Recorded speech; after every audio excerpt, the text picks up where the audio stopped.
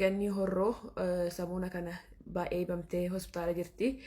Gargaarsa nurraa barbaadde egaa ganniin haati hiyyeessaa, ganniin haati imimmaan namarraa haqxu, haati rakkataa bira dhaabattu, haati ijoollee boochuuf bira dhaabataa turte har'a ofiif rakkattee ciiftee waan jirtuuf gaa waaqayyo je'etta malee kan namni je'en ta'u. Nutis gaa arrabarraa qabne malee garaadhaan qabnu. Adaraa keessan irraa obbolummaa, adaraa haadha keessanii, adaraa abbaa keessanii irraa obbolummaa isiniin je'eetiin jira. Ganniin gargaarsa nurraa barbaadde waan ta'eef akka waan qabdanii ganni bira dhaabbattan asumaan isin gaafadha ijoollee Oromoo. Adaraa keessan adaraa waan qabdaniin xiqqaa guddaan keessan akkuma yeroo isin fayyaa isin bira dhaabatte sallaaltanii imimmaan isii sallaaltanii adaraa keessan akka bira dhaabattan abdiif kabajaan isin gaafadha. ሰላም ሰላም የአገሬ ልጆች እንዴት ናችሁ? ሰላም ናቸው? ኢትዮጵያ ብዙዎች እኔ ጋር ሁሉም ሰላም ሁሉም መልካም ነው። እህታችን ገኒ የምታውቁ ከሆነ ገኒ ሆሮ በጣም ታማ ሆስፒታል ገብታለች። ከገባች ትላንት ወዳ ነው። በጣም በጣም በጣም ህመም ውስጥ ነው ያለችው። እባካችሁ ኢትዮጵያኖች ሁላችሁንም መቼ ምን እንደምንሆን አናቅም። ነገ ዛሬ ደህና ሆነን ነገ እንታመማለን አይታወቅም። ስለዚህ እርዳታ ያስፈልጋታል፣ እብዝ ያስፈልጋታል፣ ሰው ያስፈልጋታል። እባካችሁ ጎናችን እንድትቆሙ በትህትና ጠይቃችኋለሁ። ተመልካቶቼ ቲጂን የምትወዱት በእግዚአብሔር ስም ጠይቃችኋለሁ እላችኋለሁ። አመሰግናችኋለሁ።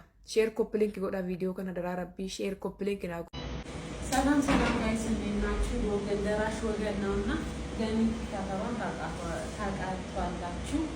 አሟታል። በቤት ሆስፒታል የምትገኘው ዛሬ 4ኛ ቀን ነው። እባካችሁ ለምትችሉ ታውቁ ከሚመጡ ጥሪ ያቀርብላችኋለሁ። ታውቃቷላችሁ። እሷን ለእናቷ ጥራ ግራ ምትኖረች ደግሞ ያው በሽታ ሰው አይመርጥም፣ ቀን አይመርጥም። ታማ ተኝታለች። ሰርጀሪ ሊደረግ ነው። እባካችሁ ከጎናችሁ ጊዜ ለመላ ኢትዮጵያንና ኤርትራውያን ድምፄን አቀርባለሁ። እባካችሁ አንድ ላይ በመሆን ገኒን አናግዛት። አሰላሙ አለይኩም ወራህመቱላሂ ወበረካቱ። ጅረጅርቱ አከም ነጋ keessan hordoftoota fi kabajamtoota qaalii baga jiraattan isinin jedha. Hordoftoota koo dhugaa galatooma hedduu takka isin jaaladha, isin kabaja. Asitti aansuudhaan akkuma viidiyoo irratti dhaggeeffataa turtanii ganni Oroo yookaan ganni abbaa biyyaa hedduu takka dhukkubsattee mana yaalaa jirti, Dubaay keessa jechuudha. Duraan dursa obboleettii teenya rabbiin si haa fayyisu, rabbiin inshaallah hin danda'a. Kakadhatan ilma namaa osoo hin taane rabbuma rabbiin si haa fayyisu, gargaarsa ofii siif haa ta'u siin jedha. Isin hundumti keessanuu du'aa godhaafi warri qarqaaruu dandeettan mallaqaan qarqaara. Warri qarqaaruu hin dandeenye immoo rabbiin si haa fayyisu jettanii malee bira hin tarinaa isinin jedha obboleeyyan kiyya. Nama rabbiin irraa qeebaluu hin beekamu rabbiin si haa fayyisu. Biyya namaa keessatti rabbiin isin hin dhibini, wallaahi biyya namaa keessatti rabbiin isin hin dhibini. Hunda keenyayyuu rabbiin maatii keenyatti nagaan nu haa galchu. Dhugaa rabbii nama hedduu hojiidhaaf futuntuudha. Yoo ani hin jiraanne haati kiyya jiraachuu hin dandeettu jettee dubbatti yeroo baay'ee laayib irratti jechuudha. Haadha dhukkubsattuu qabaa jetti, waan hedduu garaa nama nyaatu. Haadha dhukkubsattuu qabaa, haati kiyya yeroo baay'ee mana yaalaa deddeebitii, mana yaalaa jirti. Isii dhukkubsachiisaa. Yooniin ani dalagee mallaqa hin ergineef haati kiyya mana yaalaa dhaquu hin dandeettu, haadha dhukkubsattuu qabaa jetti yeroo baay'ee dubbatti. Rabbiin si haa fayyisu sin jedha haadhoo kiyya. Odoo haadha keetiif akkas jettu sillee rabbiin inshaallah sin dhibini. Rabbiin si haa fayyisu, nu dhibin hin jedhani, dhibiitumaanii nu fayyisi jedhani. Akkasii rabbiin sillee si fayyisee haadha teellee fayyisee nagaa walitti isin galchee wal isin haa agarsiisu sin jedha habiibtii. Wallaahi qormaanni keerumaaf inshaallah waan hunda isaa alhamdulillah jedhanii yoo fudhatanii numa dabran. Qormaanni yoo baay'attellee numa bira dabranii dhiyeennuma kana suuqiin meeshaaleen jalaa gubatee natti fakkaata. I think jalaa gubatee ture. Yeroo san reeffannoota irrallee yeroo sanillee dhukkubee mana yaalaa turteeyyuu erga Dubaayin dhuftellee baay'ee hin turre, baatii akkas 3-4 akkas natti fakkaata. Hanga dhufte kaa Dubaayii keessatti waa hedduutu jira. Osoo kontiraata seentee homaa wanti baay'ee waciin itti baay'atu sin jiru. Garuu waraqaa dhuunfaa bitatte natti fakkaata. Ala keessa uffata gurgurtii. Innaa wacii hedduutu jira Dubaayii keessatti jechuudha. Warri ala jirtan hin beeytanii, warri dhuunfaa keessanitti qaama dalaisiifattanii qabdan jechuudha. malleen ummanni qaama saniin itti dalagamu mallaqa guddaadha. Innaa yeroo achi dhufte illee baay'ee takka wanti jechaa turte rakkataa turte achirraan ammas deebitee wanti isiin dalagaa turte jalaa gubatte sababa saniifin mana yaalaa dhaquu yaanii hin beektan biyya namaa kana keessatti mallaqa guddaa nama gaafatanii waamuma xiqqoof mallaqa si gaafatanii yoo mallaqa hin qabaanne mootiyyuu mana yaala takka dhaqxee yaalamuu hin dandeettu miti biyya namaatii miti biyyuma keessattuu iyyuu hin danda'amu.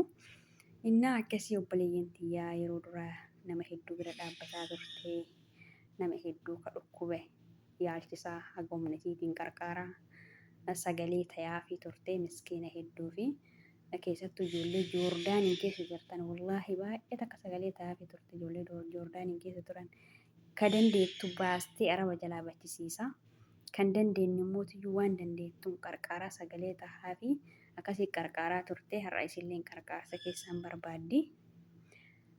Waan dandeettaniin bira dhaabbadhaa isiniin jennaa ijoolleen nama hedduutu kunoo viidiyoo waraabaa jira tigistillee yeroo wal dhabdeedha yeroo kaan immoo namni kamiinuu fayyaa irratti walitti hin cakkanu tigistillee kinoo akkasitti viidiyoo waraabaa jirti akkasuma Faazigaanillee obboleessi keenya gammeenillee waliin mana yaalaa jira akkuma argaa jirtan kana waan inni wanti irra turtee fi waa hedduu wacii hedduurra waan turtee fi waanuma xiqqoo yoo osoo gaafatanii dhaqxee yaalamuun hin ulfaata. Sababa kanaaf namni dandeettan gargaaraa namni hin dandeenye immoo du'aa godhaa fi akkuma amantaa keessaniitiin rabbiin kadhadhaa fi rabbiin si haa fayyisu jedhaanii irra caala dawaa caala rabbiin si haa fayyisu jettanii illee yaani mallaqa caalaa mallaqis nama fayyaddi garuu rabbiin si haa fayyisu jettanii nama rabbi irraa dhaga'u hin beekamu. Rabbiin isii fayyisuu danda'a jechuudha. Mallaqa qabaataniif dhibamanii fayyuu hin danda'anii. Dhaban illee immoo hin du'an. Mallaqa illee yoo dhabdee hin dhuftu yoo guyyaan kee hin dhumatin jechuudha. Inni akkasii ganniiteenna rabbiin si haa fayyisuu irra deebi'anii fayyaan harka rabbii jirti harka namaatii miti immoo hin yaada hin baay'isin namni biyya namaa keessatti hundumti keessanuu shamarran teena jechuudha. Garuu yaani namarraa hin hafu ni yaanna namni hin yaanne hin jiru.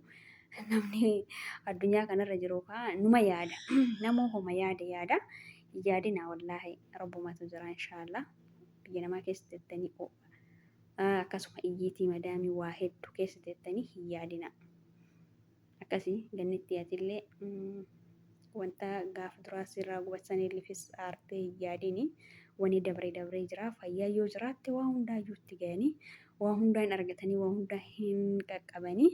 Akkasii gannitti teenna rabbiin si haa fayyisuu asumaan mootiyyuu maashaallallee jedhaanii wallaahi maashaallallee jedhaanii ijji namaatuunis hin beekamtu dheena kana miidiyaarraa akkuma deddeemaa turteetti akkuma kaleessa viidiyoo waraabee dhiifamallee naaf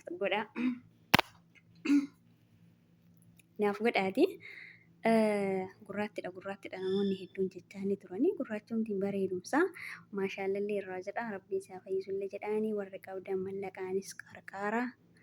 Warri dhayxanii gaafachuu dandeettanillee dhaqaatii gaafadha nama gaafachuunis waanuma tokko waan guddaadha namaa godhuu caala jechuudha yoo qabaatan birri shanillee kennitee fi rabbi si haa fayyisu jettee bishaan takka bittee fi yoo biraa deebite sanumatu iyyuu isiidhaafis galata gama isiittillee gama rabbiittillee inni akkasii isinin jedha hordoftoota keenyaa namni akka tasaa viidiyoo kana dhageettanii dhayxanii ilaaltan yoo jiraattanii hin fayyada jedheetumaanii.